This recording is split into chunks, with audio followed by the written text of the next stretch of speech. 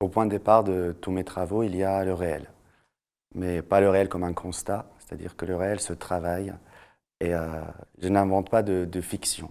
Mais je travaille à comment agencer le réel et comment le transcender, comment faire résonner différentes réalités ensemble, de tisser des liens entre des gens, des récits, des histoires.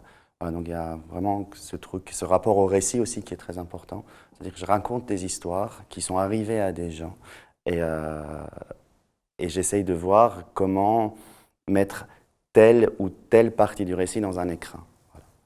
Et donc pour le dernier projet qui va s'appeler Il pourra toujours dire que c'est pour l'amour du prophète, je suis parti à la rencontre de personnes qui ont dû quitter leur pays parce que ça résonne avec mon propre histoire, d'une part, et d'autre part, parce que c'est ça qui m'intéresse, en fait. C'est comment, à un moment donné, tu décides de tout laisser, de partir. Donc les témoins que j'ai rencontrés ne sont pas forcément partis à cause de la guerre ou de la révolution réprimée ou de tous les événements qu'on connaît, même si la plupart des témoins sont issus de ce bassin-là, du Moyen-Orient, et qu'ils ont traversé tout ça, les bombardements, la répression du régime, etc. Mais ce n'était pas la cause principale du départ, la cause principale étant qu'ils ne pouvaient pas être qui ils étaient là où ils étaient nés, soit par leur conviction politique, idéologique, leur engagement artistique, leur orientation sexuelle ou même juste leur identité, identité sexuelle, j'ai envie de dire, même si c'est des mots qui ne me conviennent pas très bien. Voilà, donc j'ai rencontré une trentaine de personnes. Donc je suis allé à Beyrouth et à Athènes parce que ce sont un peu les portes d'entrée de l'Europe parce que voilà, c'est là où tu attends de savoir ce qui va advenir de toi.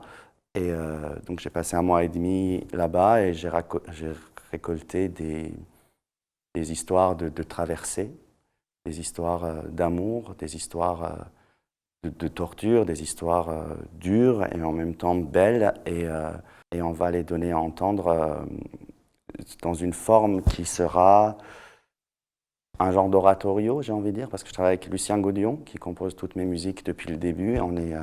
Voilà, le texte, pour moi, c'est vraiment 30% du travail. Après, il y a la composition musicale qui vient soutenir ces textes. Donc, c'est la musique électroacoustique qui habille la voix. C'est un travail d'habillement. Mais cette fois, j'ai vraiment voulu mettre aussi la musique en avant et pas être prisonnier du sens en permanence. C'est-à-dire que, donc, il y a ces 14 acteurs qui prennent en charge ces récits à la première personne, et parfois deux en même temps, parfois trois, quatre, et il y a beaucoup de paroles perdues. Ça, c'est une notion qui est importante pour moi, parce que les témoignages que j'ai récoltés sont la partie, comment je dirais, c'est une partie infime de milliers, de millions d'histoires, et ce qu'ils m'ont raconté, c'était partie d'une vie, et ce que moi j'en retiens sont encore... Donc on est dans cette espèce de fragmentation à l'infini, donc il n'y a aucune raison que la parole que j'ai transcrite parvienne intégralement au spectateur. Et du coup, même dans ce qui est sur le plateau, je veux qu'il y ait de la parole perdue.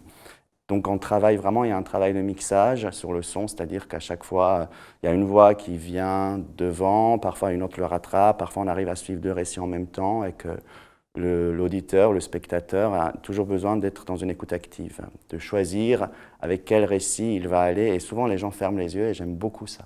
C'est pour ça que je ne parle pas de mon travail comme une mise en scène, parce que ça demande une espèce d'annulation de la scène. Évidemment, il se passe des choses et qu'on est dans des dispositifs où le moindre mouvement devient très spectaculaire.